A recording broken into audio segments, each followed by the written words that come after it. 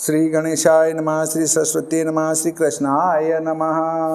देखिए, आज आपको श्री भविष्य महापुराण के चौथे अध्याय को आपको श्रवण कराता हूँ। आप प्रेम से मन लगाकर श्रवण कीजिए। इस अध्याय में प्रणव का अर्थ, सावित्री महात्म्योपनयन विधि वर्णन, मतलब उपनयन यज्ञोपवीत की क्या विधि है उस पर चर्चा की जाएगी। सुमंतु ने कहा, हे राजन, ब्राह्मण का कि शांत संस्कार 16 वर्ष में किया जाता है, क्षत्रियों का 22वें और वैश्य का 23वें वर्ष में करने का विधान है। हे महीपति, स्त्रियों का चूड़ा संस्कार सर्वदा मंत्र रहित करना चाहिए। शरीर की रक्षा के लिए उसके संस्कारों का काल क्रमानुसार विभाग किया गया है। स्त्रियों का केवल वैवाहिक संस्कार वेदानुमति कहा जाता है। उक्त उपनयन संस्कार के पूर्व ब्रह्मचारी गुरु के घर पर निवास करे अथवा अपने ही घर अग्न्याधान करता रहे। हे राजन, ब्राह्मणादि के उपनयन संस्कार को मैं बतला चुका हूँ। हे महाबाहु, यह उपनयन संस्कार द्विजातियों के लिए भावी उत्पत्ति का व्यंजक हैं। हे महाबल, अब मैं कर्मयोग के बारे में तुमसे बतला रहा हूँ। सर्वप्रथम गुरु शिष्य का उपनयन संस्कार करके शौच का आदेश करे, फिर आचमन, अग्नि कार्य और संध्योपासन का उपदेश करे। आचार्य सर्वदा उत्तराभिमुख हो, आचमन करके योग्य शिष्य को पढ़ाए। शिष्य सर्वथा अपनी इंद्रियों को वश में रख ब्रह्मांजलि बांधकर अध्ययन करे, लघु वस्त्र धारण करे, एकाग्र चित्त रहे, मन प्रसन्न रखे, दृढ़ रखे। वेदाध्ययन के प्रारंभ और समाप्ति पर सर्वदा गुरु के दोनों चरणों की पूजा करनी चाहिए, दोनों हाथों को जोड़कर रखना चाहिए। यही ब्रह्मांजलि कही जाती हैं। ब्रह्मांजलि अर्थात दोनों हाथ जोड़कर रहे जब भी गुरु जी से चर्चा करे, वार्तालाप करे। तो शिष्य अपने हाथों को गुरु के चरणों व्यत्यस्त का पानी से स्पर्श करना चाहिए, मतलब गुरु के चरणों का स्पर्श करना चाहिए। अर्थात उस समय अपने दाहिने हाथ से गुरु के दाहिने चरण का तथा बाएं हाथ से बाएं चरण का स्पर्श करना चाहिए। सर्वदा पढ़ाते समय गुरु निरालस भाव से शिष्य को यह आज्ञा करे कि अब पाठ प्रारंभ करो और इसी प्रकार पाठ समाप्ति पर अब बंद करो, ऐसी आज्ञा दे। ओंकार का स्वरूप, वेदाध्ययन करते समय प्रारंभ और समाप्ति पर सदा प्रणव का उच्चारण करे, क्योंकि वेदाध्ययन के पूर्व ओंकार का उच्चारण न करने से पाठ व्यर्थ हो जाता है और समाप्ति पर न करने से सारा पाठ विशीर्ण हो जाता है। हे राजेंद्र, सुनो, मैं बतला रहा हूँ कि ब्राह्मण को इस प्रणवोच्चारण करने की क्यों आवश्यकता होती है। सुंदर सरोवर अथवा नदी आदि के तट पर आसीन होकर भावपूर्वक केवल 3 प्राणायाम करने से वह पवित्र हो जाता है। यही कारण है कि ब्राह्मण के लिए इसकी विशेष महत्ता है। हे कुरुनंदन, इस ओंकार के लक्षण को भी बतला रहा हूँ, सुनिए। इस ओंकार के अकार, उकार तथा मकार प्रजापति के तीनों वेदों से तथा भूः, भुवः और स्वः को ग्रहण कर इन तीनों वेदों से ही इनके एक एक पदों का दोहन किया है। इस सावित्री की ये तीनों ऋचाएँ हैं। इन उपयुक्त तीनों अक्षरों को व्याहृति पूर्वक दोनों संध्याओं के अवसर पर जप करने वाला ब्राह्मण वेदाध्ययन का पुण्य प्राप्त करता है। एकांत में बाहर जाकर स्त्री अर्थात व्याहृति पूर्वक प्रणव का 1 सहस्र बार जप करने वाला ब्राह्मण 1 मास में घोर से घोर पाप से भी उसी प्रकार छूट जाता है जैसे सर्प अपने पुराने चर्म से। इस ऋचा से तथा अपनी क्रिया से विहीन होकर ब्राह्मण, क्षत्रिय तथा वैश्य सत्पुरुषों में निंदा के पात्र बनते हैं। हे राजन, आप एकाग्र मन से इसे फिर से सुन लीजिए कि ओंकार पूर्वक ये तीनों अक्षय महाव्याहृतियाँ ब्रह्मा का परमोत्तम मुख हैं। तीनों चरणों वाली सावित्री को ब्रह्मा का मुख समझना चाहिए। जो ब्राह्मण निरालस भाव से 3 वर्षों तक प्रतिदिन इसका अध्ययन करता है, वह आकाश की भांति व्यापक मूर्तिमान वायु का स्वरूप धारण कर परम ब्रह्म में विलीन हो जाता है। एकाक्षर ओंकार साक्षात पर ब्रह्म स्वरूप हैं। प्राणायाम सभी तापों में बढ़कर हैं। देखिए, ओंकार में तीनों गुण विद्यमान है, सतोगुण, रजोगुण और तमोगुण। सतोगुण ब्रह्मा, विष्णु, महेश, तीनों उसमें आ जाते हैं। ओंकार का जप करने से प्राणायाम सभी तपों में बढ़कर हैं, सावित्री से बढ़कर महात्म्य किसी का नहीं है। मौन की अपेक्षा सत्य भाषण की विशेषता है। हे राजन, जैसा कि भगवान मनु ने कहा, तपस्या, हवन एवं दान ये सारी प्रणय क्रियाएं सर्वदा अक्षय फलदायिनी होती हैं। इनके अतिरिक्त एकाक्षर प्रणव भी अक्षय फलदायी हैं। इसे साक्षात प्रजापति ब्रह्मा का स्वरूप जानना चाहिए। हे राजन, हे नृपोत्तम, विधान पूर्वक किए जाने वाले यज्ञ की अपेक्षा जप यज्ञ की विशेषता मानी जाती हैं। विविध प्रकार के गुणों एवं नामोच्चारण और सूक्ष्म से जप का कार्य उच्चारण के कारण उपांशु जप का लाख गुना फल होता है। मानसिक जप का सहस्र गुणित फल स्मरण किया जाता है। जो विधि यज्ञों से समन्वित चारों पाक यज्ञ है, वे सभी जप यज्ञ की 16वीं कला की भी योग्यता नहीं रखते। ब्राह्मण को जप से ही सिद्धि की प्राप्ति होती है, इसमें संदेह नहीं है। बहुत धीरे धीरे इस प्रकार जप करना जिसमें कोई दूसरा न सुन सके और प्रत्येक अक्षर का स्पष्ट उच्चारण भी हो, अर्थात अपने ही सुनने योग्य हो, वो आपका जो जप है उपांशु होगा। और एक मानसिक जप होगा। मानसिक जप में जबान भी न हिले, केवल उस मंत्र का उच्चारण किया जाए। कुछ दूसरा कार्य करे अथवा न करे पर वह ब्राह्मण कहलाता है, क्योंकि वह जप यज्ञ करता है। प्रातः काल सूर्य के दर्शन होने तक खड़े खड़े गायत्री का जप करना चाहिए और उसे इसी प्रकार सायंकाल की संध्या को भी भली भांति नक्षत्रों के आकाश में समुदित हो जाने तक बैठ कर करना चाहिए। दिन के प्रारंभ में पूर्व संध्या और रात्रि के प्रारंभ में पर संध्या होती हैं। पर अर्थात सायंकाल की संध्या स नक्षत्रा और पूर्व अर्थात प्रातः काल की संध्या स दिवाकरा जाननी चाहिए। परा संध्या का जप करने से रात्रि का तथा अपरा का जप करने से दिन का पाप कर्म नष्ट होता है। हे नृप, जो ब्राह्मण इन पूर्वा और परा संध्याओं की उपासना नहीं करता, वह द्वि जाति के सभी अधिकारों से शूद्र के समान बाहर कर देने योग्य है। इसकी उपासना जलाशय के समीप संयम पूर्वक नित्य विधि के साथ करनी चाहिए अथवा अरण्य में जाकर समाहित चित्त हो इसका अध्ययन जप करना चाहिए। हे राजन, वेदोक्त नैतिक स्वाध्याय एवं हवन के मंत्रों में अनध्याय का दोष नहीं लगता, क्योंकि ये सब ब्रह्मसूत्र कहे जाते हैं। ब्रह्म अर्थात वेद मंत्रों का उच्चारण करना, मंत्रोच्चारण पूर्वक आहुति देना, अनध्याय का विचार कर अध्ययन करना तथा वस्त्रकार करना पुण्य है। जो ब्राह्मण नियम पूर्वक सविधि एवं ऋचा का भी अध्ययन करता है, उसे वह ऋचा पवित्र दूध, घृत, मधु देती है। अग्नि की शुश्रूषा, भिक्षाटन, भूमि शयन, गुरु का हित, इन सब कर्तव्यों का पालन उपनयन संस्कार से संस्कृत द्विज समावर्तन संस्कार पर्यंत करे। आचार्य, पुत्र, सेवक, ज्ञानदाता, धार्मिक, पवित्र, यथार्थ वक्ता, समर्थ, अन्नदाता, साधु प्रकृति वाले, इन दशों को धर्मपूर्वक बढ़ाना चाहिए। बिना पूछे किसी से कुछ न बोले और न अन्यायपूर्वक पूछे जाने पर ही बोले। अन्याय का जहाँ संबंध हो उसे जानता हुआ भी मेधावी जड़ बनकर चुप रह जाए, क्योंकि जो अधर्म से बोलता है अथवा जो अधर्म पूर्वक किसी से कुछ कहलाने के लिए पूछता है, उन दोनों में से एक मर जाता है अथवा लोगों के साथ शत्रुता को प्राप्त करता है। जिस शिष्य को पढ़ाने से धर्म अथवा अर्थ की प्राप्ति न हो और यथोचित शुश्रूषा भी न मिले, वहाँ पर उसर भूमि में अच्छे बीज की तरह विद्या को नहीं बोना चाहिए। ब्रह्मवेता को विद्या ही के साथ भले मर जाना पड़े, किंतु कठिन से भी कठिन आपत्ति आने पर भी वह अपात्र में विद्या को न बोए। विद्या ने ब्राह्मण के समीप आकर कहा कि तुम मेरी रक्षा करो, मैं तुम्हारी निधि हूँ। मुझे ऐसे व्यक्ति को न देना जो गुणों में भी दोष दिखलाता है।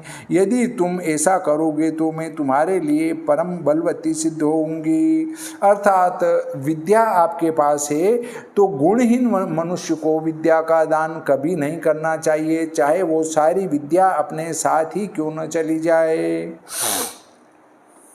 कुछ लोग शेष शब्द का अर्थ सुख बतलाते हैं और कुछ ज्ञान बतलाते हैं। इन दोनों को यतः वह धारण करती हैं, अतः शेवधि नाम से उसकी प्रसिद्धि है। विद्या से आगे चलकर ब्राह्मण से कहा कि तुम जिस ब्रह्मचारी को नियमनिष्ठ एवं पवित्र भावों तथा आचरण वाला समझना, उसी परम सावधान चेता एवं निधि की यथार्थ रक्षा करने वाले ब्राह्मण को ही मुझे सौंपना, जो वेद का अध्ययन करते हुए बिना उसकी आज्ञा से वेद ज्ञान अथवा लौकिक वैदिक तथा आध्यात्मिक ज्ञान प्राप्त करता है, वह भयंकर रौरव नरक को जाता है।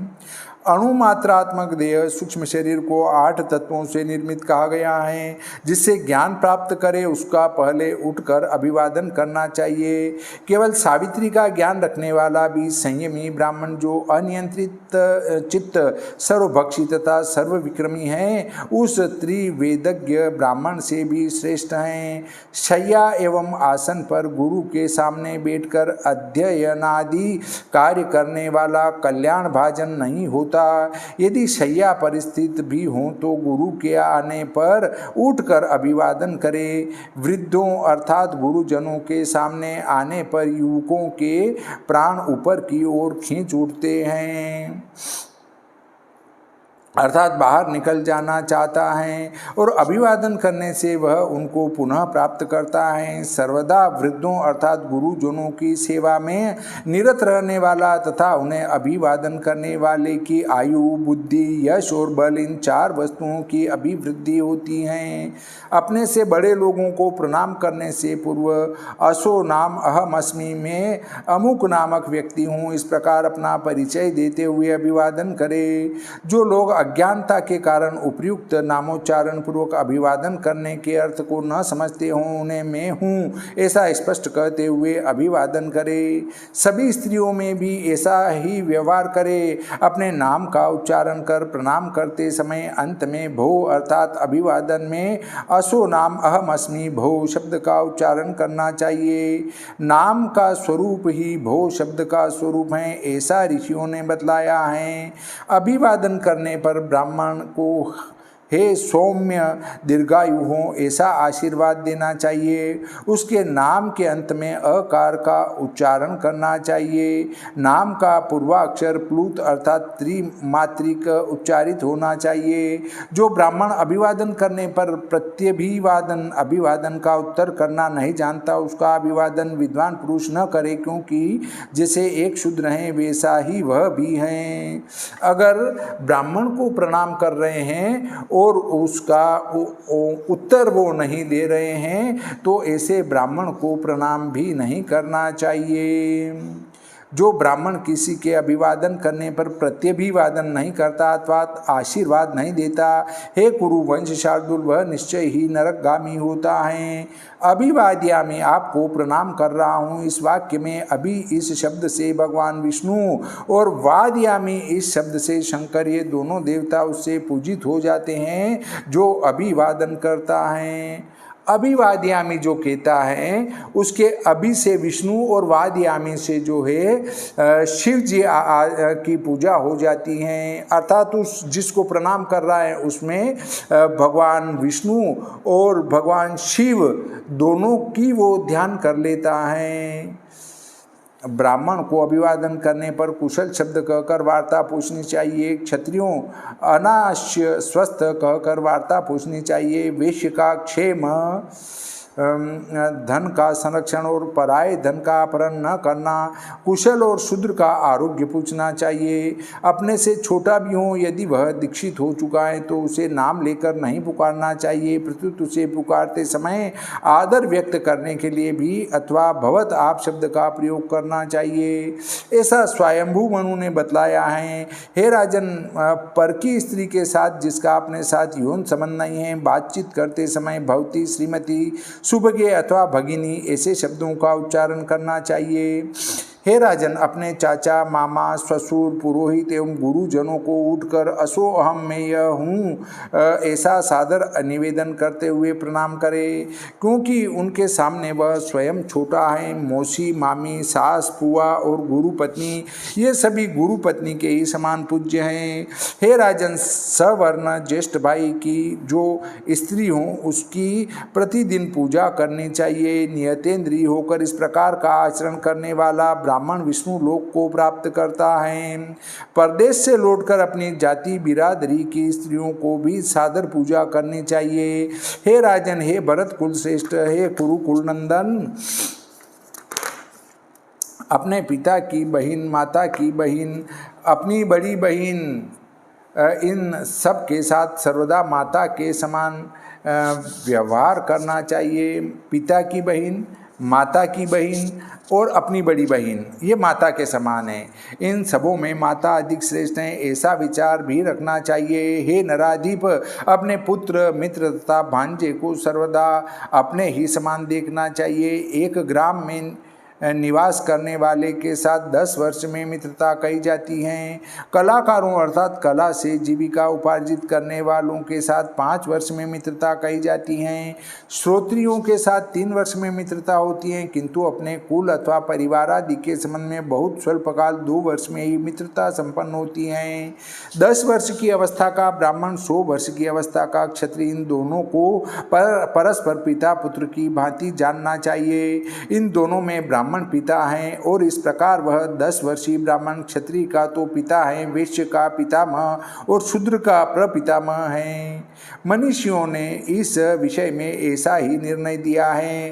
धन, बंधु, अवस्था, कर्म और विद्या ये 5 माननीय होने के कारण होते हैं, अर्थात सम्मान के यही कारण हैं। इनमें एक की अपेक्षा दूसरा, दूसरे की अपेक्षा तीसरा अर्थात उत्तरोत्तर एक दूसरे से अधिक श्रेष्ठ हैं।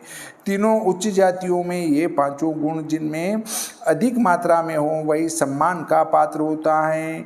शूद्र भी यदि अपनी 10वीं अवस्था पर है अर्थात बहुत वृद्ध हो चुका है तो वह भी सम्माननीय है। अगर शूद्र भी वृद्ध हैं तो वो भी सम्मान के पात्र हैं। इन बातों को ध्यान में रखें। ऐसा नहीं कि चतुर्थ वर्ण के लिए शास्त्रों में गलत ही गलत लिखा गया है, नहीं लिखा गया है। शास्त्रों को व्यवस्थित पढ़ने की आवश्यकता है। रथ चलाने वाला, अति वृद्ध, रोगी, भारवाहक, स्त्री, स्नातक और राजा एवं विवाह करने के लिए जाते हुए वर इनके जाने के लिए मार्ग छोड़ देना चाहिए। हे राजन, उन सबों के एकमात्र समागम होने पर स्नातक और राजा ये 2 पूजा के योग्य हैं। इन दोनों के साथ समागम में स्नातक राजा से भी सम्मान का अधिकारी हैं, अर्थात वही सर्वप्रथम पूज्य हैं। जो ब्राह्मण उपनयन संस्कार संपन्न कर शिष्यों को सरहस्य तथा कल्प समेत वेद का अध्यापन कराता है, हे महाबाहु मनीषी पंडित लोग उसे आचार्य कहते हैं। वेद की कोई शाखा अथवा वेदांगों को जो अपनी जीविका निर्वाह के लिए अध्यापन करता है वह उपाध्याय कहा जाता है। हे नृपोत्तम, जो गर्भाध्यान आदि संस्कार कर्म करता है और अन्नादि से पालन करते हुए विद्याध्ययन कराता है वह ब्राह्मण गुरु कहा जाता है। अग्न्याधान, पाक यज्ञादि तथा अग्निष्टोम प्रभृति यज्ञों को वरण लेकर जो संपन्न करता है वह इस श्लोक में ऋत्विक कहा जाता है। जो शुद्ध स्वर आदि को उच्चारण पूर्वक दोनों कानों को भरता है अर्थात सिखाता है उसी को माता और पिता अर्थात अध्यापक जानना चाहिए। उनके साथ कभी द्रोह भावना नहीं रखनी चाहिए। उपाध्याय से 10 गुना अधिक सम्मान एवं प्रतिष्ठा आचार्य की है। आचार्य से 100 गुना अधिक सम्मान पिता है। पिता की अपेक्षा सहस्र गुणित अधिक सम्मान माता का है। उत्पन्न करने वाले और वेद ज्ञान प्रदान करने वाले, इन दोनों में ब्रह्म ज्ञान प्रदान करने वाला ही पिता और श्रेष्ठ है, क्योंकि ब्राह्मण के लिए ब्रह्म अर्थात वेद जानने के लिए जन्म अर्थात उपनयन संस्कारी इह लोक परलोक दोनों में शाश्वत कल्याण देने वाला है। माता और पिता तो परस्पर कामना से उसकी उत्पत्ति करते हैं, जिसके द्वारा वह माता के गर्भ में आकर स्वरूप धारण करता है। विधिवत वेदों का पारगामी आचार्य उसको ही सावित्री का दान करके जो जाति जन्म देता है वह सत्य, अजर एवं अमर है। महाबाहो, ऊपर मैंने जिन उपाध्याय आदि पूज्य वर्गों की चर्चा की है उन सबों में महागुरु श्रेष्ठ कहा जाता है। 1 लाख अधिक गुण वाले हैं ऐसा आचार्यों का मत है। वह महागुरु चारों वर्णों में कहा जाता है।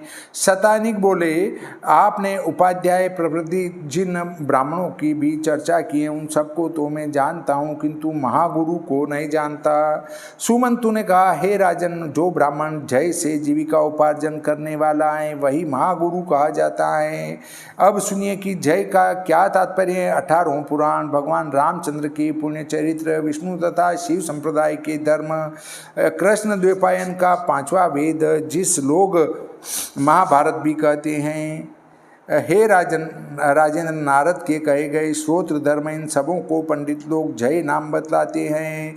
जो इन समस्त पुराणादि एवं महाभारत को भली भांति अधिगत कर लेता है वह ब्राह्मण समुदाय का धारक, अध्यक्ष, नेता एवं श्रेष्ठ जन कहा जाता है। हे महाबाहु, मनुष्यों में वह सर्वज्ञ समझा जाता है। हे राजेंद्र, यही कारण है कि वह विप्रादि वर्णों द्वारा सर्वदा पूजनीय है। क्या तुमने वह बात नहीं सुनी है जिसे परमेश्वरीशाली भगवान ने स्वयं कही है? थोड़ा या बहुत वेद ज्ञान के बारे में जो कोई उपकार करता है उसे भी इस वेद ज्ञान के सहायक होने के नाते इस लोक में गुरु जानना चाहिए। ब्रह्म ज्ञान के विषय में जन्म देने वाला अर्थात वेद ज्ञान करता और अपने धर्म का पालक विप्र बालक होकर भी वृद्ध धर्मतः पिता होता है। आंगिरस, अंगिरा के पुत्र कवि ने शेषवावस्था में अपने पितरों को ज्ञान का उपदेश किया और यह बात जानते हुए भी कि ये हमारे पितर हैं उनको पुत्र कहकर बुलाया। उनके इस व्यवहार से क्रुद्ध पितरगणों ने देवगणों से इसका कारण पूछा। देवताओं ने उन्हें एकत्रित कर उनसे कहा कि शिशु, कवि ने आप लोगों को उचित ही कहा है, क्योंकि जो अज्ञ है होता है वही बालक है और जो मंत्र का उपदेश करता है वही पिता होता है।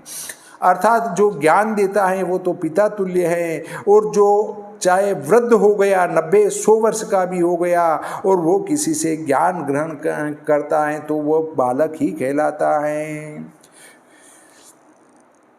लोग अज्ञ को बालक, मंत्रदाता को पिता तथा जयदाता, उक्त महाभारत पुराण रामायण आदि के उपदेशक को पितामह कहते हैं। ऐसा देवताओं ने उन पितरों से कहा। जय, मंत्र तथा वेद ये तीनों एक ही शरीर के 3 भाग कहे गए हैं। ऋषियों ने धर्म की व्यवस्था अवस्था में बहुत वर्षों के होने से, बालक पक जाने से, मित्र अथवा बंधु होने से नहीं की। जो षडंग वेद का अधिकारी प्रवक्ता है वही हम सबों में महान माना गया है। हे राजेंद्र, ब्राह्मण, क्षत्रिय, वैश्य तथा शूद्र इन चारों जातियों में जिसे ज्येष्ठ कहते हैं उसे बतला रहा हूँ, सुनो। हे राजन, ब्राह्मणों में ज्ञान से ज्येष्ठ होते हैं, क्षत्रियों में पराक्रम से, वैश्य में धन से, शूद्र में जन्म से और शील से ज्येष्ठ माने जाते हैं। ऐसा हमारा मत है। यदि किसी के सिर के बाल पक गए हैं तो वह उससे वृद्ध नहीं हो जाता। जो जवान है और षडंग वेदों का परिशीलन करने वाला है वही वृद्ध है, क्योंकि देवता लोग उसी को वृद्ध जानते हैं। निंद्य ब्राह्मण जैसे काष्ठ का बना हुआ हाथी और चमड़े का मृग केवल नामधारी रहता है, उसी प्रकार बिना अध्ययन का ब्राह्मण भी नामधारी रहता है। ये तीनों केवल नाम धारण करते हैं। जैसे नपुंसक स्त्रियों के साथ स्त्री संतान उत्पन्न करने में विफल है, गौओं के साथ वंध्या गौ विफल है और मूर्ख को दान देना विफल है, उसी तरह वेद विहीन ब्राह्मण भी विफल हैं। किंतु वेद प्राप्त करने वाले भी द्विज शूद्र है, जो बलि, विश्वदेव और आतिथ्य सत्कार से विमुख रहते हैं। जिस प्रकार वेद ज्ञान विहीन ब्राह्मण नहीं है, उसी प्रकार वणिक वृत्ति करने वाला, नट व कथक की वृत्ति से जीविका प्राप्त करने वाला, दूसरे की सेवा करने वाला या अन्य प्रकार का शूद्र व्यापार करने वाला, चोरी करने वाला तथा चिकित्सा करने वाला भी ब्राह्मण नहीं है। जहाँ पर व्रतहीन बिना पढ़े लिखे भिक्षा पर जीविका निर्वाहित करने वाले ब्राह्मण निवास करते हों, उस ग्राम के ऊपर राजा को दंड लगाना चाहिए, क्योंकि वह चोरी वृत्ति को प्रोत्साहन देने वाला ग्राम है। हे कुरुनंदन, जिस ग्राम में ब्राह्मण संतुष्ट हों वह ग्राम साग्निक यज्ञ भूमि है, क्योंकि उसकी सफलता वेद से होती है, ऐसा देवताओं ने बतलाया है। हे वीर, वेदों ने देवताओं में सर्वश्रेष्ठ पितामह ब्रह्मा के पास जाकर इस प्रकार निवेदन किया था, हे देव, पृथ्वी पर ब्राह्मण इसलिए दुखी होते हैं कि आग्निक लोग वेदों का अभ्यास करते हैं। वे मूर्ख वेदाभ्यास द्वारा फल की आकांक्षा करके क्यों बेकार में कष्ट भोगते हैं। अनुष्ठान से हीन होकर केवल हमारा वेद अभ्यास करने से तो केवल कष्ट मिलेगा, क्योंकि कोरे वेदाभ्यास से कोई फल नहीं मिलता। हे देव, सर्वदा वेदाभ्यास करने से क्रियाओं का अनुष्ठान श्रेष्ठ होता है। हे राजसिंह, वेदों ने इस प्रकार की बातें ब्रह्मा जी से कही, अतः वेदाभ्यास से उनमें कहे गए अग्निहोत्रादि का सदनुष्ठान श्रेष्ठ है, ऐसा हमारा भी मत है। वेदों के पारंगत विद्वान 4 अथवा 3 ही जो भी कुछ करे वही धर्म है। उनके अतिरिक्त ऐसे सहस्रों लोग जो वेदों के अधिकारी नहीं हैं, व्यवस्था करे तो वह धर्म नहीं कहा जा सकता। धर्म के महात्म्य को न जानने वाले अज्ञानावृत मूर्ख लोग धर्म के विषय में जो कुछ उल्टी पलटी बातें कहते हैं, वह सैकड़ों पापों के रूप में उनके बोलने वाले के ही पीछे पीछे चलता है। वेद विवर्जित शोचाचार विहीन व्रत नियम आदि से भ्रष्ट ब्राह्मण को दिया जाने वाला अन्न रोता है कि हाय, मैंने ऐसा कौन दुष्कर्म किया जो इस पापात्मा के हाथों पड़ा। अगर कोई ब्राह्मण वेद रहित हैं, आचरण से रहित हैं, व्रत आदि नहीं करते हैं, मतलब नियमों का पालन नहीं करते हैं, उनको दिया गया अन्न भी रोता है कि मैंने कौन सा पाप कर्म किया जो मैं इसके हाथों में पड़ा। हे भरत कुल श्रेष्ठ, जप द्वारा जीविका निर्वाह करने वाले को अपने को दिए जाते अन्न जब देखता है तो दोनों हाथों को ऊपर उठाकर अपने सौभाग्य पर नाच उठता है। हे राजन, वह अन्न विद्या एवं तपस्या से सुसंपन्न ब्राह्मण के अपने घर आने पर समस्त औषधियाँ अन्नादि क्रीड़ा करने लगती हैं कि हम सब परम गति प्राप्त करेंगी।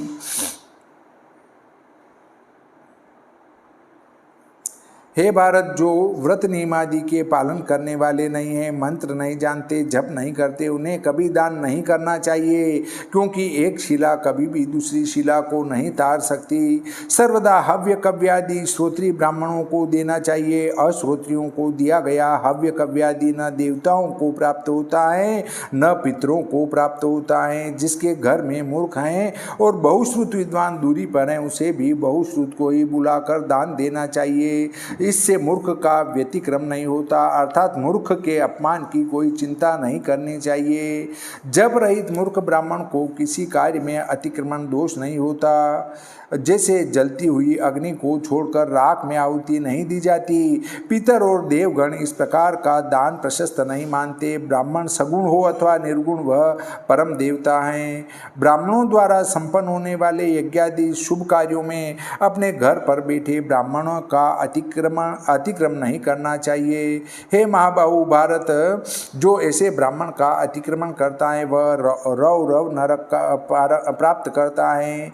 केवल गायत्री जानने वाला भी ब्राह्मण पूज्य है। विशेषतया यदि वह घर में हो तो उसकी पूजा करनी चाहिए।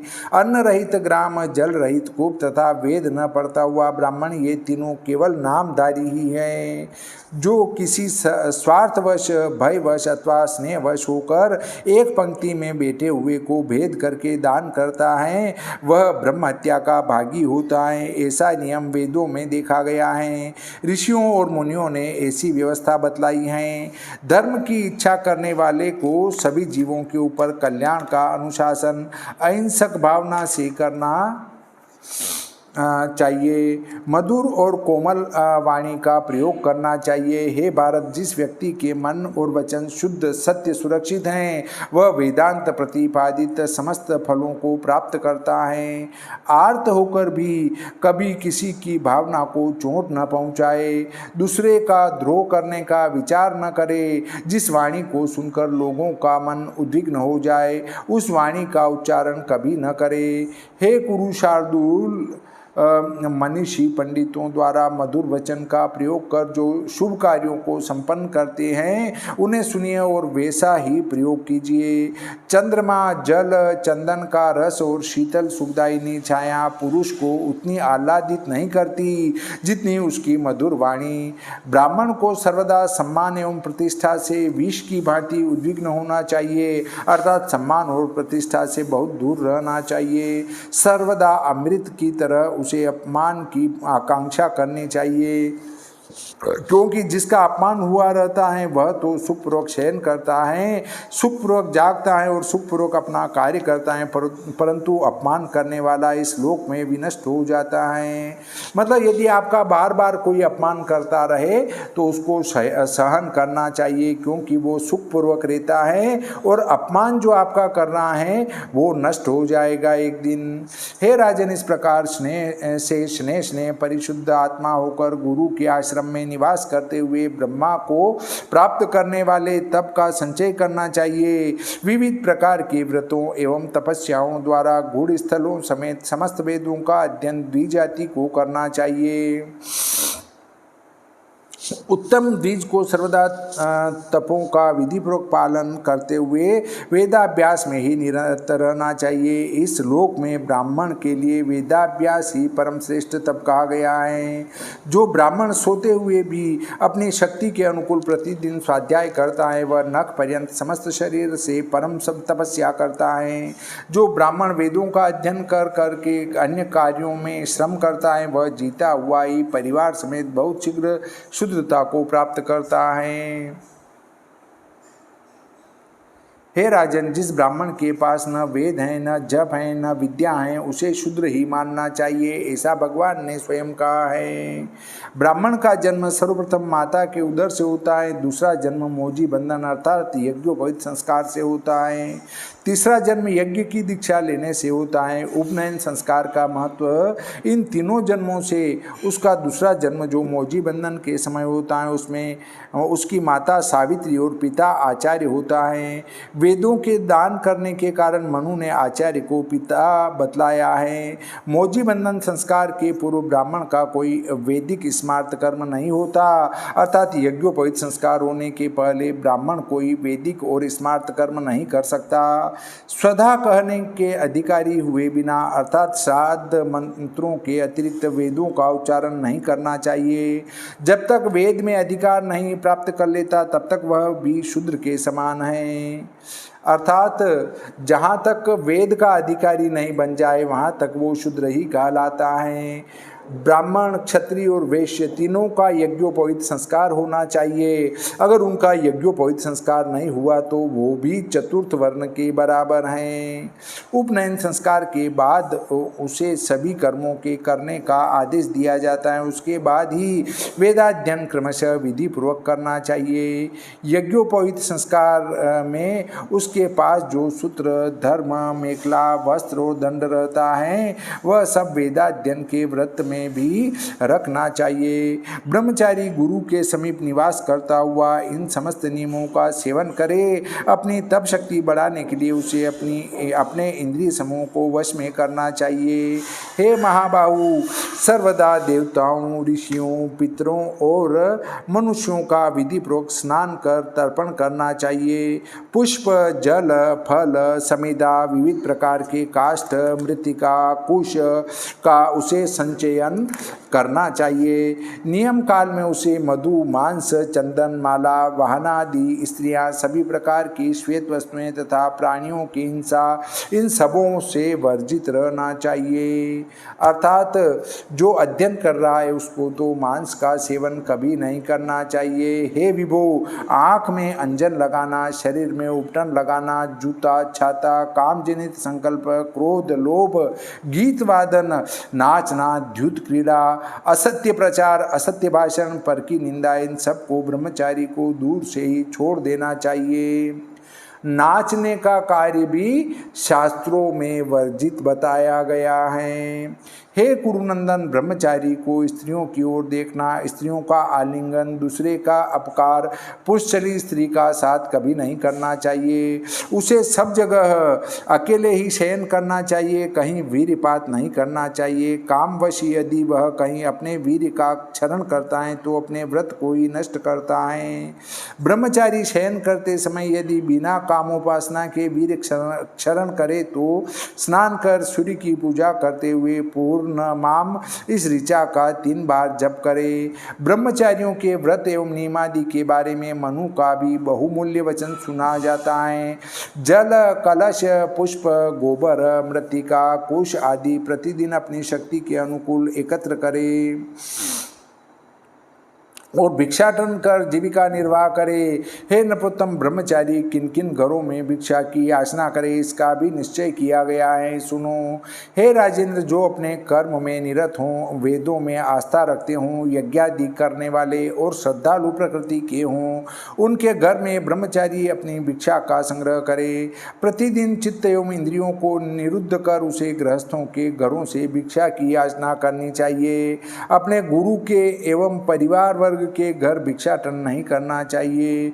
यदि अन्यत्र न मिले तो पूर्व को अर्थात ऊपर कहे हुए घरों में पहले वालों को छोड़ देना चाहिए, क्रमशः अंत से लेना चाहिए।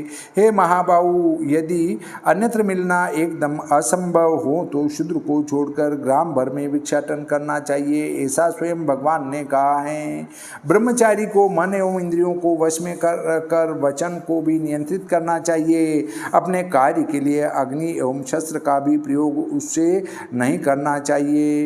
हे कुरुनंदन, यदि सर्वथा असंभव हो तो चारों वर्णों में भिक्षाटन करना चाहिए। दूर के वन प्रांत से समिधाएं लाकर उसे अपनी कुटी के ऊपर रख देना चाहिए। उन्हीं समिधाओं से सावधानी पूर्वक आलस्य आदि छोड़कर सायंकाल एवं प्रातः काल हवन करना चाहिए।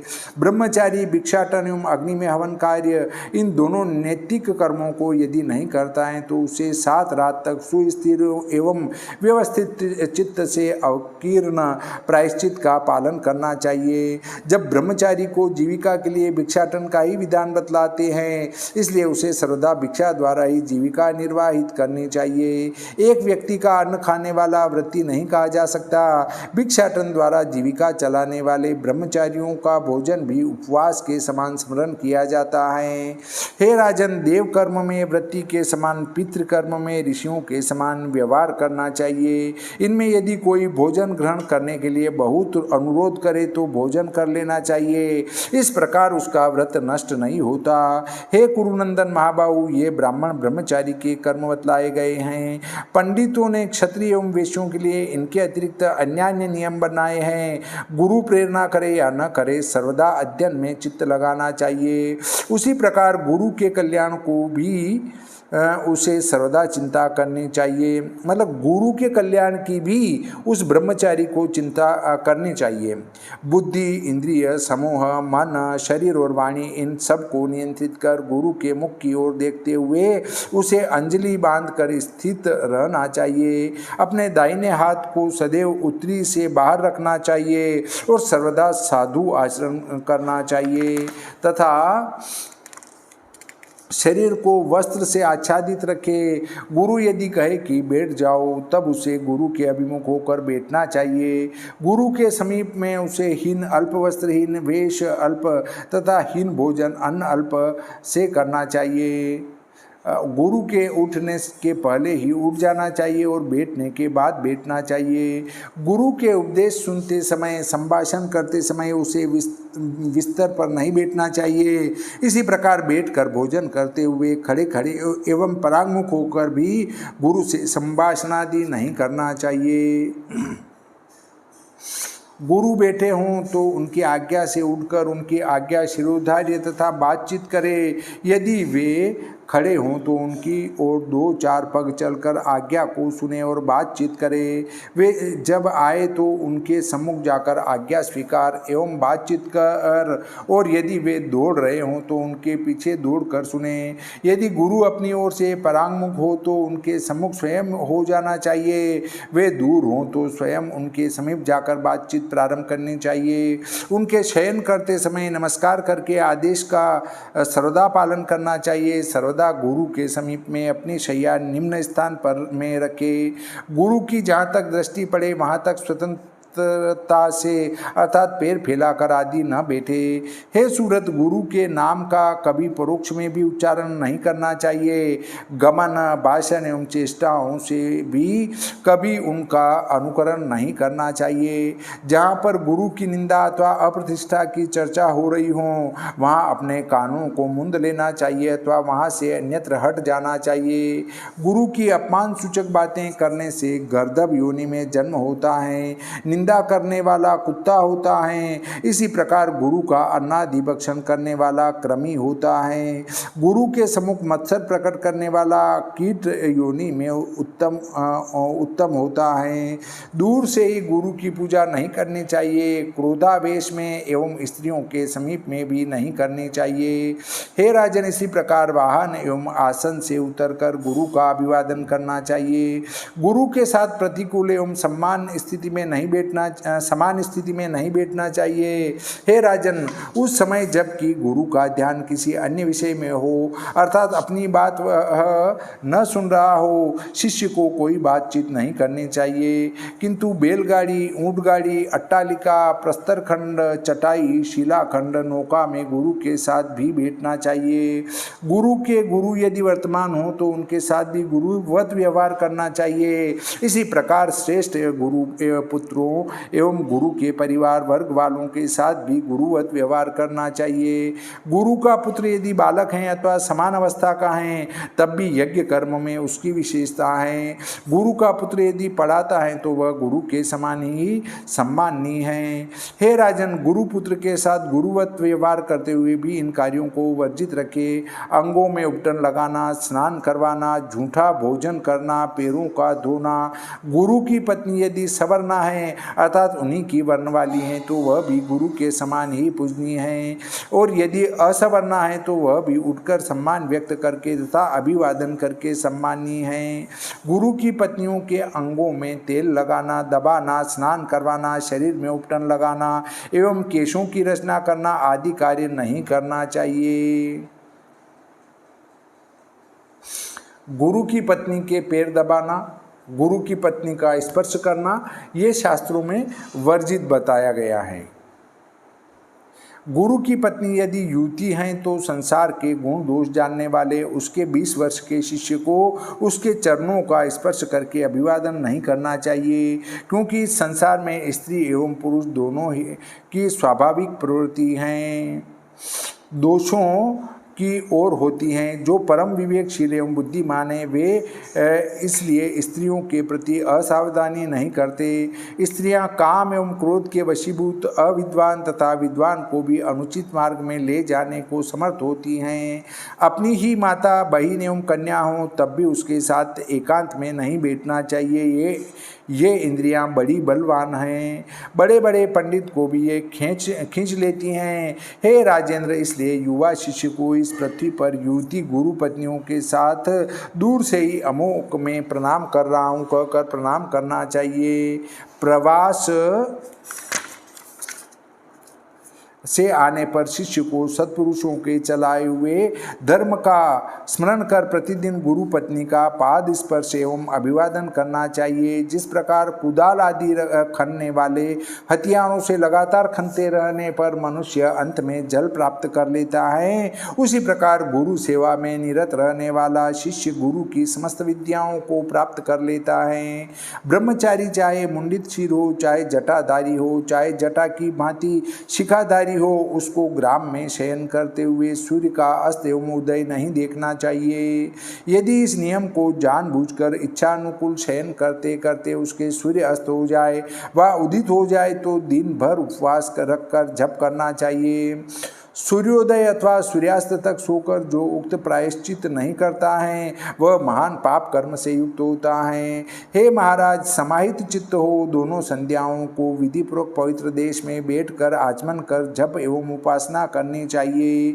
यदि स्त्री अथवा शूद्र कुछ श्रेयस्कर कार्य करे तो स्वयं उन सब कर्मों को करना चाहिए अथवा अपना मन जिस कार्य में लगे वह काम करना चाहिए।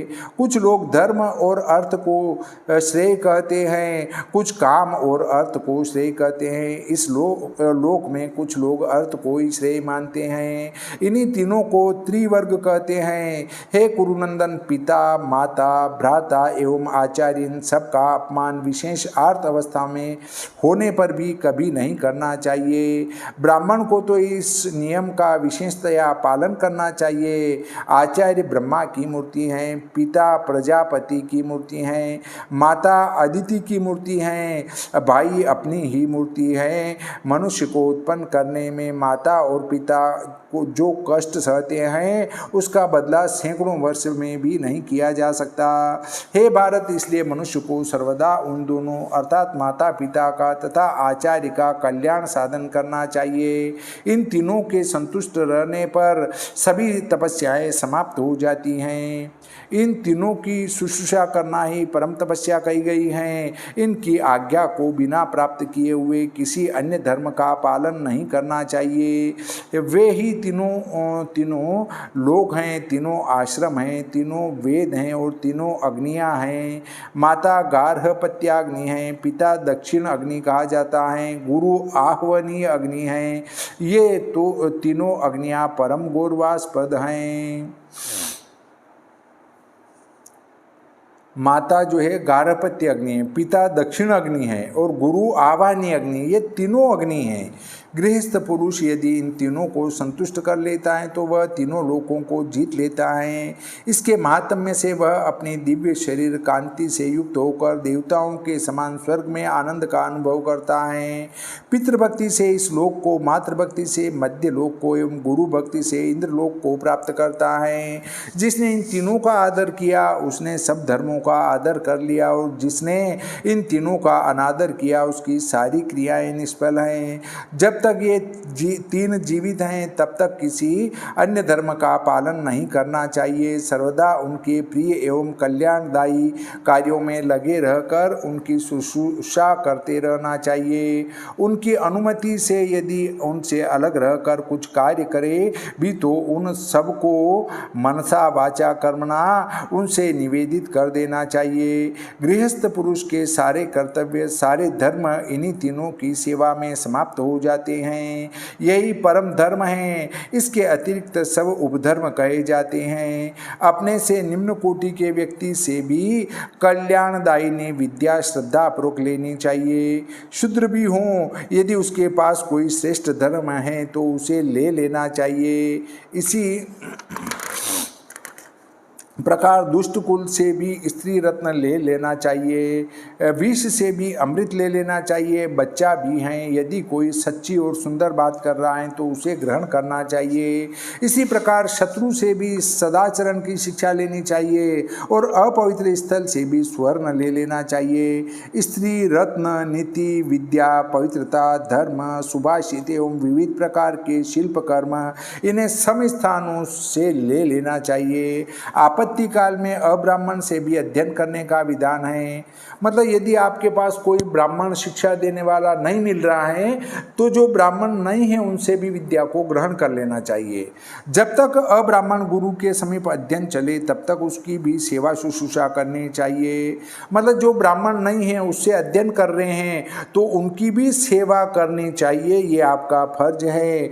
कोई ब्राह्मण यदि वेदों का अधिकारी विद्वान नहीं है किंतु शिष्य वेदाध्ययन कर परमोत्तम गति प्राप्त करने की इच्छा से अब्राह्मण गुरु से अध्ययन करता है तो उसे अब्राह्मण गुरु के समीप सर्वदा निवास नहीं करना चाहिए।